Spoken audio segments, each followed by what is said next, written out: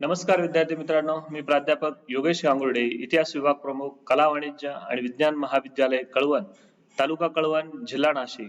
आज आपण बघणार आहोत उत्तर वैदिक कालीन राजकीय जीवन. मागील व्हिडिओमध्ये आपण बघितले वैदिक कालीन राजकीय जीवन. उत्तर वैदिक काळामध्ये राजकीय जीवनामध्ये आमूलाग्र असा बदल झालेला आहे. राजकीयच नव्हे तर सर्व क्षेत्रामध्ये आर्यांच्या हा उत्तर वैदिक काळामध्ये बदल झालेला आहे. तो बदलही आपण या ठिकाणी बघणार आहोत. चला बघूया उत्तर वैदिक कालीन राजकीय जीवन. वैदिक संस्कृतीच्या कालखंडानंतरचा जो काळ आहे तो उत्तर वैदिक काळ म्हणून संबोधला जातो. उत्तर वैदिक कालखंडालाच ब्राह्मणकालीन संस्कृती असेही म्हणतात. या काळात आर्यांच्या सर्वांगीण जीवनात आमूलाग्र बदल झाला. या काळाचा अभ्यास करण्यासाठी यजुर्वेद, सामवेद, अथर्ववेद या संहितेबरोबरच ब्राह्मण ग्रंथे, आरण्यके, उपनिषदे, वेदांगे व महाकाव्यांचा उपयोग हा होतो. त्यातील प्रत्यक्ष व अप्रत्यक्ष माहितीच्या आधारे आर्यांच्या सांस्कृतिक जीवनावर हा प्रकाश टाकला जातो. याबरोबरच रामायण व महाभारत या महाकाव्यातून उत्तर वैदिक कालीन समाजाची कल्पना ही आपल्याला येते. महाभारताच्या शांती पर्व या भागात तत्कालीन राज्य व्यवस्थेची माहिती देण्यात आलेली आहे आणि त्याद्वारे आपण उत्तर वैदिक कालीन राज्यव्यवस्था कशी होती याचाही अभ्यास करतो. राजा व राजसत्तेच्या उगमाविषयी विविध कथा सांगितल्या गेलेल्या आहे. पुराणांमध्येही त्या आहे की राजसत्ता कशा स्वरूपात अस्तित्वात आली, राजा कशा स्वरूपात अस्तित्वात आल्या, या कथा आहेत त्या अनेक सांगितल्या गेलेल्या आहे. यामध्ये राजसत्तेची निर्मिती याच्या कथा येतात. समाज पुरातन काळी समाज सुख समाधानाने नांदत होता, परंतु ही स्थिती फार काळ टिकली नाही. लोक आपली कर्तव्य विसरून गेले. राजा असेल, प्रजा असेल आणि पूर्ण अधिकारी वर्ग जो असेल तो आपली कर्तव्य खऱ्या अर्थाने विसरून गेलेला आहे. वैदिक संस्कृतीचा परिणाम समाजात अनागोंदी बांधली. देवतांना दुःख झाले ही एक कथा आहे. देवतांना दुःख झाले आणि त्यांनी ब्राह्मण देवाकडे समाजाच्या कल्याणाची मागणी केली. ब्राह्मण देवाने देवतांना कायदे संहिता, नीतिशास्त्र या रूपात बहाल केले. त्यामुळे समाजाला राजा मिळाला. राजा हा शक्तीने मिळाला नाही, तर ब्राह्मण देवतांनी त्यांना एक नीतिशास्त्र ग्रंथ तयार करून दिला आणि त्यामुळे समाजाला राजा मिळाला अशी कथा याच्यामध्ये सांगितलेली आहे. व तो सुरळीतपणे राज्यकारभार करू लागला. या कथेशिवाय ऐतरेय ब्राह्मण ग्रंथामध्ये राज्य निर्मितीची वेगळी कथा आहे. अनेक कथा आहे ज्या मी तुम्हाला अगोदरच उल्लेख केला, परंतु असं काही झालेलं नाही. राजा हा स्वबळाने आला आणि त्याने साम्राज्यवादी वृत्तीने नंतर एकहाती सत्ता केली हे आपण मान्य करू शकतो. राजाने नीतिशास्त्राला धरून धर्मावर आधारित राज्य करावे अशी कल्पना ही त्याच्यामध्ये होती. राज्यारोहण प्रसंगी आता या ठिकाणी राजाला शपथ घ्यायची. राज्यारोहण प्रसंगी धर्माला अनुसरून राज्य करेल अशी शपथ राजाला घ्यावी लागत असे. आणि शपथ घ्यावी लागणं याचा अर्थ खऱ्या अर्थाने जर बघितलं तर कुठेतरी तू चुकू शकतो, कुठेतरी तू चुकतो किंवा तू चुकलेला आहे याच्या अगोदर, तू म्हणजे तुझ्यासारखे जो इतर राजा असेल, म्हणून मग शपथ ही तुला घालून दिली जाते. अन्यथा शपथ वगैरे ही माणूस सहसा घालत नाही, कुठेतरी चुकी होते म्हणून. आणि जर शपथभंग केल्यास त्या लोकांनी राजाची हत्या करावी अशी तरतूद सुद्धा होती.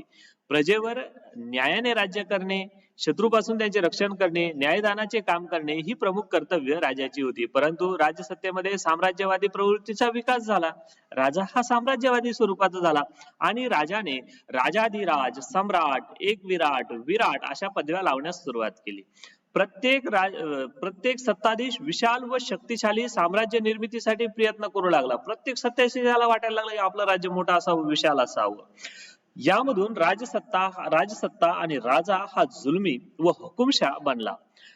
त्याचा आदेश ओहारणाऱ्या प्रत्येकाची प्रज्ञा नव्हती. म्हणजे त्याचा आदेश कोणालाही धुडकावून लावण्याची कोणाची हिंमत नव्हती. पूर्वीची सभा व समिती तिचं खूप महत्व हे वैदिक काळामध्ये, ऋग्वेद काळामध्ये होतं. ती उत्तर वैदिक काळामध्ये जी राजावर नियंत्रण ठेवत होती ती मोडकळीस आली. आणि ती मोडकळीस आल्यामुळे राजा हा सर्वसर्वा झाला व राजपद हे वंश परंपरागत झालं. राज कारभारामध्ये मदत करण्यासाठी एक नवीन संस्था अस्तित्वात आली आणि त्या संस्थेला रत्नीन मंडळ असं नाव देण्यात आलं. रत्नीन राजाला मदत करू लागली. मग कोण कोण होतं या रत्नीन मंडळामध्ये, कशा स्वरूपाचे होते, तर उत्तर वैदिक काळात मदत करण्यासाठी जे रत्नीन मंडळ अस्तित्वात आले त्यामध्ये पुरोहित, सेनापती, महिषी म्हणजे पटराणी, सूत म्हणजे सारथी, संग्रहित म्हणजे खजिनदार, भागदूत म्हणजे कर वसूल करणारा अधिकारी आणि ग्रामणी यांचा समावेश होता. यांचा सल्ला हा राज्यकारभारामध्ये राजाला घ्यावा लागत असे आणि राज्याभिषेकाच्या वेळी राजाला या रत्तीन मंडळाच्या सहमतीची आवश्यकता ही उत्तर वैदिक काळात लागत असे. अर्थात राज्यानेच नियुक्त केलेले रत्नीन मंडळ असे, त्यामुळे त्याला ते मिळत असे.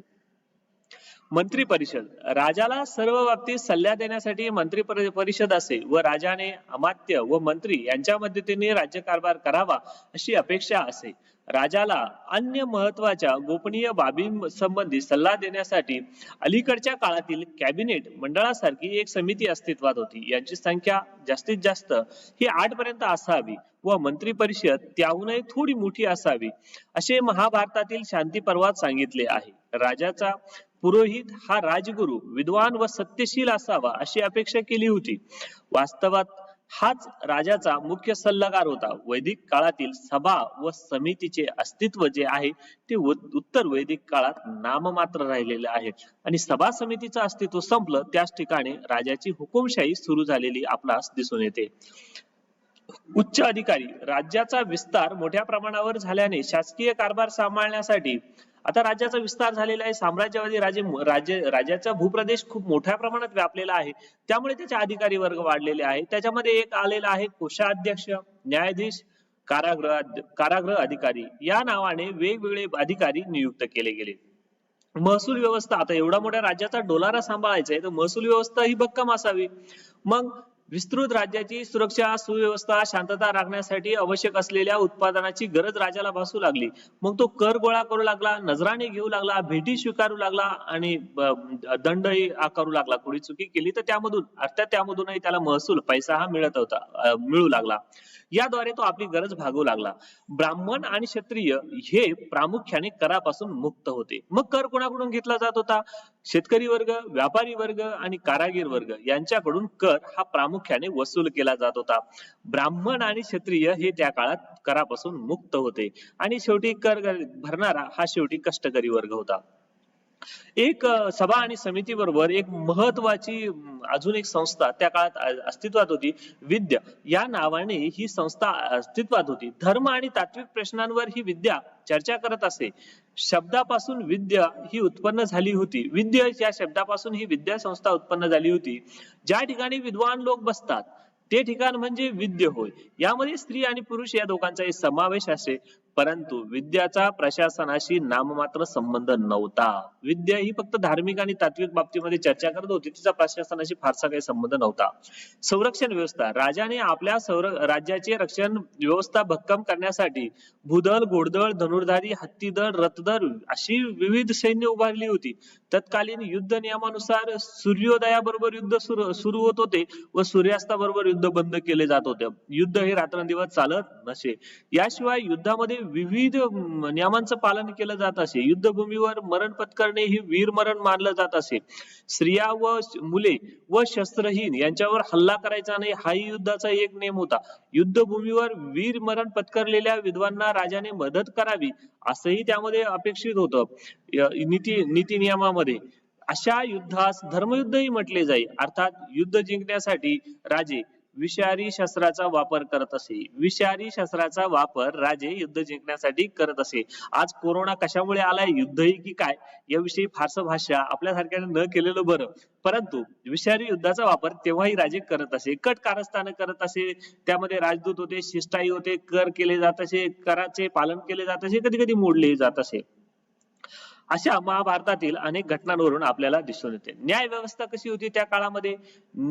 त्या काळातील न्याय व्यवस्था कायद्यावर आधारित अशी होती. गुन्हेगारांना कठोर शिक्षा केल्या जात होत्या. राजा हा न्याय क्षेत्रातील सर्वोच्च अधिकारी होता. मात्र त्याला प्रचलित धर्म, रीतिरिवाज आणि विद्वानांची मते यांच्या अनुसरून न्यायदान करावं लागत असे.